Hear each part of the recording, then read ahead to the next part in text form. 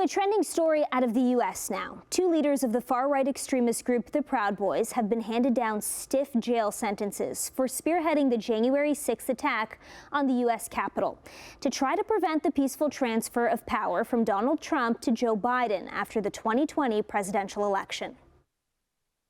So we just stormed the Capitol, took the mother place back. That was so much fun. It's all fun and games until you're spending the next 17 years behind bars for seditious conspiracy. January 6th will be a day in infamy. Yes, yes. Some videos really don't age well.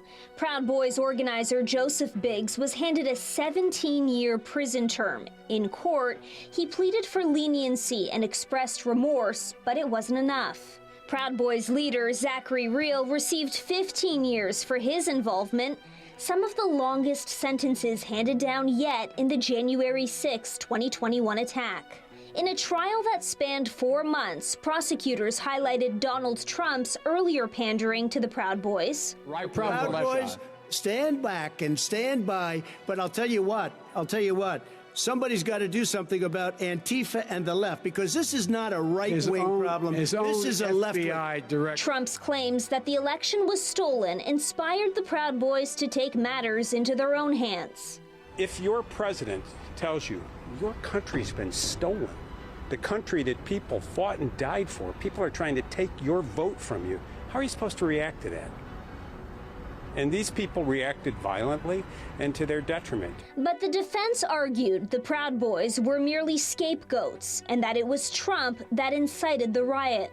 Where's Donald Trump in all of this? He stood on the ellipse, basically told people, 74 million of his followers, the election's stolen, go to the Capitol, fight like hell or you won't have a country anymore. Some people listened to him. Were they supposed to know that he was full of hot air?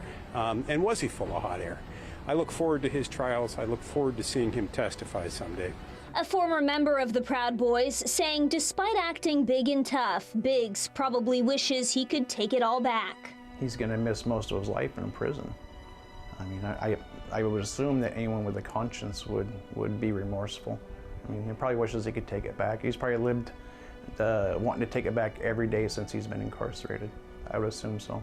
A former D.C. police officer says the sentences are fair, but isn't sure it's enough for others to change their behavior.